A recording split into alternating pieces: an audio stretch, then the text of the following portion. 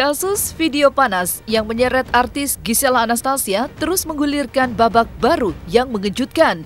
Setelah ditetapkan sebagai tersangka dalam kasus video 19 detik yang menghebohkan itu, Giselle dijadwalkan akan kembali menjalani pemeriksaan di Polda Metro Jaya hari ini 8 Januari 2021. Sebelumnya, Giselle sempat dijadwalkan menjalani pemeriksaan pada 4 Januari kemarin bersamaan dengan tersangka Michael Yukinobu De Vretes alias MYD.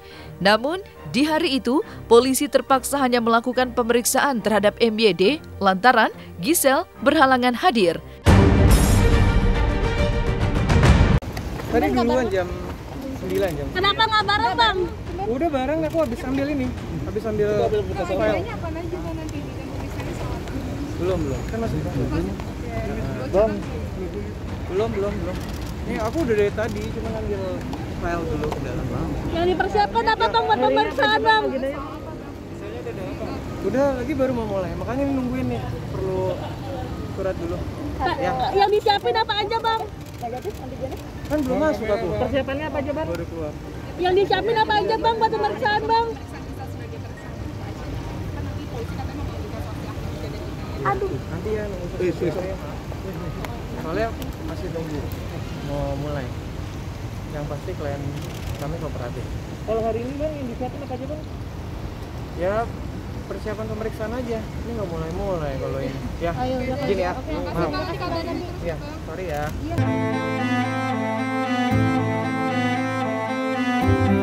Keputusan Giselle angkat bicara di hadapan media tentu tak semudah membalikan telapak tangan. Statusnya sebagai tersangka kasus video asusila, sebuah hal berat yang mempengaruhi sosok serta image-nya sebagai seorang ibu, istri, juga public figure. Atas ulahnya yang diduga menjadi pelaku dalam video asusila yang dibuat pada tahun 2017 lalu di sebuah hotel di kota Medan yang diduga bersama MYD atau belakangan diketahui bernama Michael Yukinobu De Vretes, Giselle pun menyampaikan permohonan maafnya pada seluruh masyarakat Indonesia, keluarga besarnya, termasuk mantan suami Gading Martin dan juga sang buah hati Gempita Naura Martin. Saat menyebut nama sang buah hati, nada suaranya pun bergetar dan ia berusaha untuk menahan air matanya agar tidak tumpah. Lantas, seperti apa analisa pakar ekspresi terkait hal itu? Saya menyadari sebagai seorang manusia bahwa kehidupan kita seharusnya bisa membawa dampak yang positif bagi lingkungan sekitar. Namun apabila saya telah mengecewakan banyak hati dari apa yang saya lakukan di masa lalu, terutama untuk para orang tua yang anak-anaknya mungkin pernah menjadikan saya seorang panutan. Sekali lagi saya memohon maaf dengan kerendahan hati saya.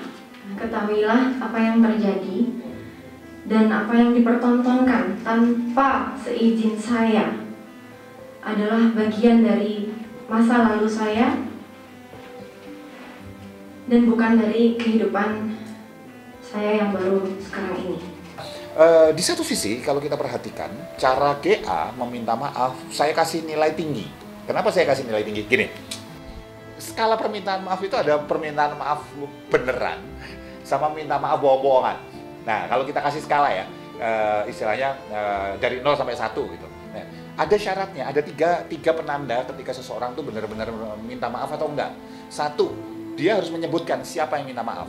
Dalam hal ini, GA ngomong dari awal itu pakai kata saya, dan hanya dia mengucapkan kata kita itu ketika dia bilang bahwa ya manusia wajar kalau istilahnya kurang lebih gini ya, manusia itu wajar lah berbuat salah gitu. Dan itu terjadi pada semua orang, iyalah siapa, saya pasti pernah salah, kamu pasti pernah salah gitu. Jadi buat saya, dia hit dirinya, ya saya, itu adalah berani untuk bertanggung jawab. Yang kedua, minta maafnya sama siapa? Dia spesifik loh minta maafnya. Dia bilang pada masyarakat Indonesia, wajar. Pihak keluarga besar, wajar. Tapi dia sebut nama, Mas Gading, Mas Wiji dan keluarga. Buat saya itu keren. Kenapa? Karena berani ngomong tak dan itu gentle, permintaan maafnya itu sudah terkonsep, ada kertas dibaca sama dia gitu. Tapi terlepas dari itu, konsep itu harus dia bacakan yang menghadapi teman-teman media, yang menghadapi netizen, tetap akhirnya GA ujungnya. Dan buat saya ketika dia bersedia membaca itu dengan tidak ada terpatah-patah, tidak ada keraguan dulu itu, buat saya cukup keren. Itu yang kedua. Istilahnya dia isi permintaan maafnya juga dia sebutin gitu, karena telah melakukan tindakan tidak terpuji, yang tidak layak dicontoh dan sebagainya gitu. Maksud saya dari 3 ini ya walaupun ini nggak didada banget, jadi 2,5 dari 3 oke lah gitu loh. Kalau kita kuantifikasi ya, kita kasih nilai. Besar harapan saya untuk diizinkan menata kembali kehidupan saya bersama Genpi, Cinta. Dan dengan adanya kasus ini, saya berharap tidak berdampak negatif terhadap psikologi anak saya di masa yang akan datang.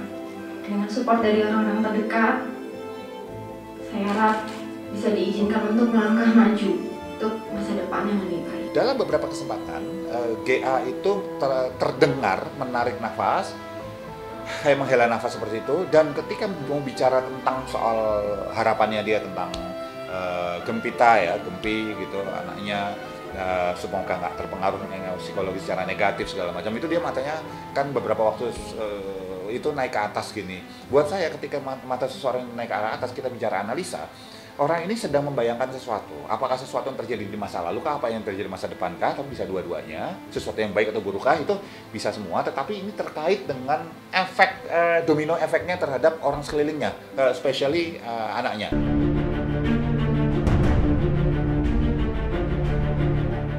Sementara itu, pasca Giselle mengutarakan permohonan maaf di hadapan publik, nama Gading Martin pun turut menjadi sorotan publik. Dan ketika dimintai tanggapan terkait permohonan maaf Giselle, Gading yang saat itu tengah mengendarai mobilnya tak berhenti dan enggan memberi tanggapan apapun. Namun di sisi lain, Roy Martin selaku orang tua Gading mengaku bahwa keluarga telah memaafkan Giselle terkait persoalan yang sedang dihadapinya saat ini.